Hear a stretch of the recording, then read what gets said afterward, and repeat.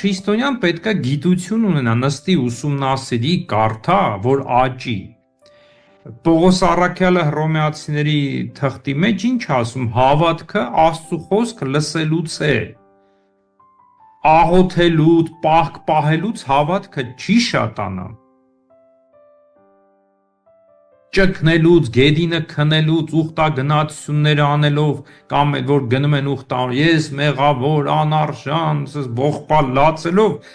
դու հավատքը չի շատանա։ Հավատքը ես չեմ ասում, որ ասեք Հայր Ղևոնդը այնտեղ բանա դուրս տալ։ Պողոս Առաքյալը ասում է, հավատքը Աստծո խոսք լսելուց է։ Իսկ Աստծո խոսքը ո՞նց ենք լսում։ Այսօր փառք Աստծո կարող ենք կարդալ։ Այդ այն ժամանակ էր, որ խոսում էին, լսող էին, պետք չէ։ Դրա համար պատարագի ժամանակ ասում ենք ասե Աստված, չէ, ասե Աստված, մենք պատրաստ ենք լսելու։